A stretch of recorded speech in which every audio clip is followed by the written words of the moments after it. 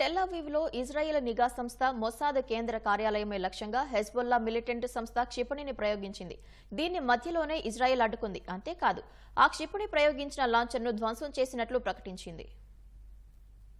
Israel నిఘా సంస్థ Mossad కేంద్ర కార్యాలయం లక్ష్యంగా మధ్య ఇజ్రాయెల్లోని టెల్ అవీవ్ నగరంపై హెజ్బొల్లా ప్రయోగించిన క్షిపణిని ఇజ్రాయెల్ గగనతల రక్షణ వ్యవస్థ అడ్డుకుంది. ఈ క్షిపణి ప్రయోగంతో మధ్య ఇజ్రాయెల్ నగరాలైన టెల్ అవీవ్, నెతన్యాలో సైరన్ల మోత మోగింది. ఇటీవల లెబనాన్లోని హెజ్బొల్లా మిలిటెంట్ సంస్థకు చెందిన వందలాది పేజర్లు ఏకకాలంలో పేలడంతో ప్రపంచం అవాక్కైంది. ఈ పేజర్ల పేరుల వెనుక ఇజ్రాయెల్ నిఘా సంస్థ మొసాద్ హస్తం ఉన్నట్లు బలంగా అనుమానాలు ఉన్నాయి. ఈ నేపథ్యంలోనే టెల్ అవీవ్లోని మొసాద్ కేంద్ర కార్యాలయం లక్ష్యంగా హెజ్బొల్లా క్షిపణి ప్రయోగించింది. తమ నేతల హత్య వెనుక మొసాద్ హస్తం ఉందని హెజ్బొల్లా ఆరోపిస్తోంది. మరోవైపు హెజ్బొల్లా క్షిపణి లాంచర్ను ధ్వంసం చేసినట్లు ఇజ్రాయెల్ ప్రకటించింది.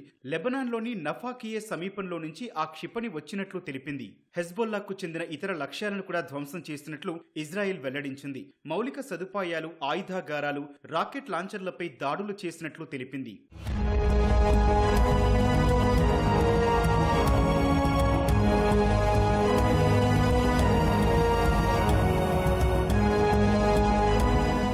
రెండు రోజుల పాటు లెబనాన్పై ఇజ్రాయెల్ జరిపిన వైమానిక దాడిలో 560 మందికి పైగా ప్రాణాలు కోల్పోయారు. బీరూట్ పై ఇజ్రాయెల్ జరిపిన దాడుల్లో రాకెట్లు, క్షిపణుల కమాండర్ ఇబ్రహీం కొబైసీ ప్రాణాలు కోల్పోయారు. గత 11 నెలలుగా హెజ్బొల్లా, ఇజ్రాయెల్ మధ్య పరస్పర దాడులు జరుగుతున్నాయి.